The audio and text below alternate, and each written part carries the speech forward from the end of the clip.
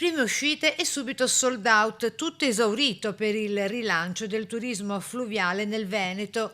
Ha preso il via la stagione dei tour guidati in barca che collegano Concordia Sagittaria a Portogruaro. Che è veramente un'esperienza unica, vedere la città sia di Concordia che di Portogruaro dal fiume è una prospettiva diversa, era la prospettiva che avevano i nostri avi quando sono saliti attraverso il fiume e sono arrivati a Portogruaro a portare la civiltà prima romana e poi medievale, insomma quindi un'esperienza veramente unica. Iniziativa interamente gratuita per i passeggeri con il patrocinio e il finanziamento del comune. Un'attività che avevamo già iniziato così sporadicamente, ma adesso la istituzionalizziamo, la sovvenzioniamo e quindi questi sono i prodromi di quello che sarà anche un po' una barca anche proprio del comune. Il servizio permette ai visitatori di risalire la corrente dell'Emene direttamente nel cuore del centro storico, proprio nel giorno del mercato settimanale. Quindi con la conoscenza anche con la possibilità di